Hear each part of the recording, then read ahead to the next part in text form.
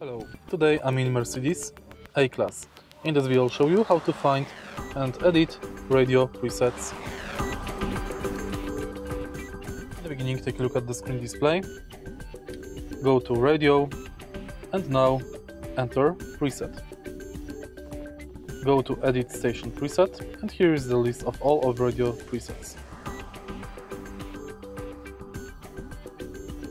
Scroll right to save current station, to move highlighted station channel or to delete highlighted station channel.